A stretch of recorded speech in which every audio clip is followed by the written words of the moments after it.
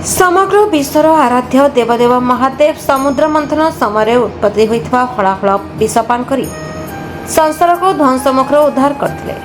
सर्वशक्तिमान समस्त जगतर मूल ऐश्वरिक शक्तिर आधार होता सत्वे समस्त जीवजगत को पथ प्रदर्शन करने उद्देश्य सांसारिक लीला करते। महाप्रभु विभिन्न लीला मध्य वैवाहिक लीला अन्यतम। समग्र विश्व में लीला को महासमारोह पालन कराए। सेपरी दाढ़त्य भक्ति रसामृतर रचयिता भक्त कवि रामदास का साधना पीठ श्री मुक्तेश्वर महाप्रभु विजय डोड़ा और श्री माधवेश्वर महाप्रभु मंदिर में गत 31/5/2025 तारीख दिन शिव पार्वती विवाह उत्सव एवं 1/6/2025 तारीख दिन महाप्रभु चलती विग्रह बेढ़ा परिक्रमा महासमारोह पालित हो जाइछि।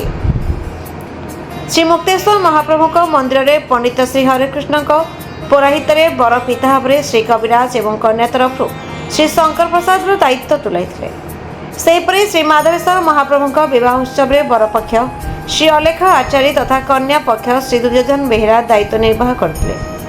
पुरोहित श्री पवित्र कुमार पाढ़ी और पिपू वैदिक रीति अनुसार महाप्रभु वैवाहिक कार्य संपादन करते। महाप्रभु बेढ़ा परिक्रमा समय कीर्तन ने पेंठापल्ली ग्रामर श्री के कानकाया रेड्डी मथुन साहू बांगारी रेड्डी संतोष राणा लक्ष्मीकांत पात्र कालिया राउल दंडसी गौड़ एवं मंदिर अर्चक श्री कैलाश चंद्र महापात्र समेत अन्य ग्रामवासी माने भाग लेते। अन्यान्य आनुषंगिक कार्यक्रम व्यवस्था एवं प्रशासन इत्यादि आयोजन मंदिर परिचालना कमिटर समस्त सदस्य मान सहयोग में संपादित होता ट्रस्टी श्री सुभाष चंद्र पात्र प्रकाश करते। सुभाष चंद्र पात्र डोरा ग्राम यही ग्राम निवासी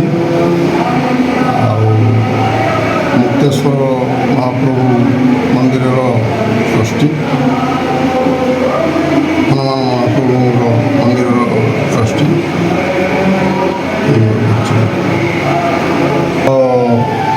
जो आप देखुं श्री माधवेश्वर महाप्रभु मंदिर ये प्राय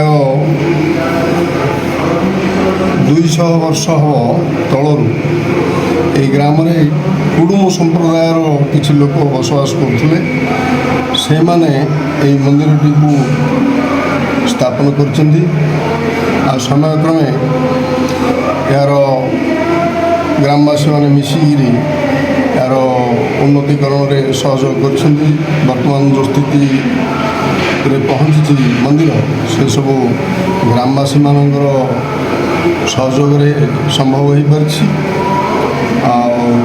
पर्यंत भास्कर पाणिग्राही बोली जड़े पूजारी ए मंदिर पूजा करुले देहांत पर आमर वर्तमान ये पद्मचरण महापात्र सी वर्तमान पूजारी अच्छा रीतिनीति दैनिक भोग एवं पर्वपर्वाणी सबू जमी साधारण प्रचलित हुए ये से सब आयोजन कर शीतल षष्ठी यात्रा शीतल षष्ठी एवं शिवरात्रि दुईटा मुख्य पर्व यार सेमती मुक्तेश्वर महाप्रभु आमर रायगुरु बोली जड़े बदान्य व्यक्ति द्वारा प्रतिष्ठित सेठी सेमती सी गोटे पुरातन मंदिर प्राचीन मंदिर सी प्राय 150 वर्ष तलर कथा सेठी भाव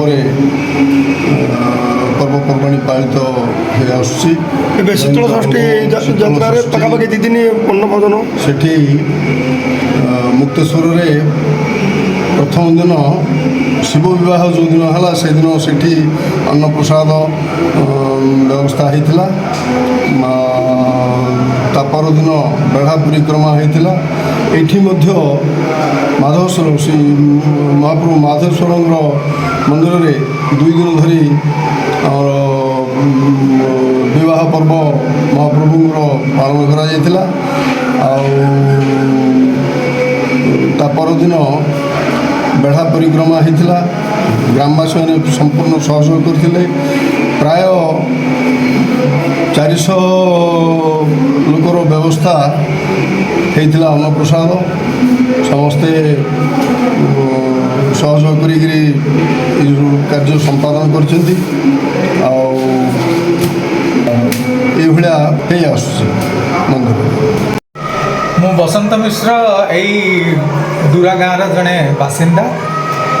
ଆଉ ଭାଗ୍ୟ ମୋର ଭଲ ଯେ ମାଧେଶ୍ୱର ମନ୍ଦିର ସାମ୍ନାରେ ହିଁ ମୋ ଘର। ପ୍ରତ୍ୟହ ମୋତେ ଏଠି ଆସିବାକୁ ଖୁବ୍ ଭଲ ଲାଗେ। ଆଉ ମନ୍ଦିରର ପରିବେଶ ଖୁବ୍ ସୁନ୍ଦର। ଆଉ ଲୋକମାନଙ୍କର ଯେଉଁମାନେ ଏଠି କାର୍ଯ୍ୟ କରୁଛନ୍ତି ସେମାନଙ୍କର ମଧ୍ୟ ମାନେ ଡେଡିକେସନ୍ ବହୁତ ବଢ଼ିଆ। ଆଉ ପ୍ରତିବର୍ଷ ଏଠି ଶିବ ବିବାହ ଶୀତଳ ଷଷ୍ଠୀ ପର୍ବ ଅନୁଷ୍ଠିତ ହୁଏ। ଏ ବର୍ଷ ମଧ୍ୟ ଶିବ ବିବାହ ଓ ଶୀତଳ ଷଷ୍ଠୀ ପର୍ବ ଖୁବ୍ ଜୋରସୋରରେ ଅନୁଷ୍ଠିତ ହେଇଥିଲା। ପ୍ରଥମ ଦିନ ଶିବ ପାର୍ବତୀଙ୍କର ବିବାହରେ ବହୁତ ଲୋକ ଯୋଗଦାନ କରିଥିଲେ। କମ୍ ସେ କମ୍ 350ରୁ 400 ଲୋକ ଯୋଗଦାନ କରି ଏଠାରେ ପ୍ରସାଦ ସେବନ କରିଥିଲେ ଓ ପ୍ରଭୁଙ୍କର ନାମ କୀର୍ତ୍ତନ କରିଥିଲେ। ଓ ତା ପରଦିନ ଶୀତଳ ଷଷ୍ଠୀ ଶିବ ପାର୍ବତୀଙ୍କର ବିବାହ ପରଦିନ ଶୀତଳ ଷଷ୍ଠୀ ପର୍ବରେ ବେଢ଼ା ପରିକ୍ରମା ବି ହୋଇଥିଲା। ସେଇଦିନ ମଧ୍ୟ 250ରୁ 300 ଲୋକ ଏଠାରେ ଯୋଗଦାନ କରି ସେମାନଙ୍କର ନିଜର ଭକ୍ତି ପବିତ୍ରତା ଏଇ ଜିନିଷ ସେମାନେ ପ୍ରକାଶ କରିଥିଲେ ଓ ଏଠାରେ ସେମାନେ ପ୍ରସାଦ ବି ସେବନ କରିଥିଲେ। ଖୁବ୍ ସୁନ୍ଦର ପରିବେଶ ଆଉ ଲୋକମାନଙ୍କର ଯେଉଁ ହର୍ଷ ଉଲ୍ଲାସରେ ଏଇ ପରିବେଶ ମୁଖରିତ ହେଇଥିଲା। ଆଉ ପ୍ରତ୍ୟେକ ବର୍ଷ ଏଇ କାର୍ଯ୍ୟ ପୁଣି ବଢ଼ି ବଢ଼ି ଯାଉଛି। ଆଉ ତାଠୁ କମିବାର ବି ପ୍ରଶ୍ନ ଉଠୁନି। ପ୍ରତ୍ୟେକ ଲୋକ ଚାହୁଁଛନ୍ତି ଏଠି ଶିବ ପାର୍ବତୀଙ୍କର ବିବାହରେ ପିତାମାତା ହେବାର ସୁଯୋଗ ପ୍ରଦାନ କରିବା ଲାଗି ଓ ସେମାନଙ୍କର ଏଇ ସେବା ମନୋଭାବ ଏଇ ଯୋଗଦାନ ନିଶ୍ଚିତ ଭାବରେ ଅନ୍ୟମାନଙ୍କୁ ଅନୁପ୍ରାଣିତ କରିବ। ଓಂ ମାଧେଶ୍ୱରାୟ ନମଃ, ଓಂ ମାଧେଶ୍ୱରାୟ ନମଃ, ଓಂ ମାଧେଶ୍ୱରାୟ ନମଃ। ରଙ୍ଗେଇଲୁଣ୍ଡାରୁ କେନିୟକଣ୍ଠ ରେଡ୍ଡୀଙ୍କ ରିପୋର୍ଟ, ଦ ରିପବ୍ଲିକ୍ ଓଡ଼ିଶା 24 ନ୍ୟୁଜ୍।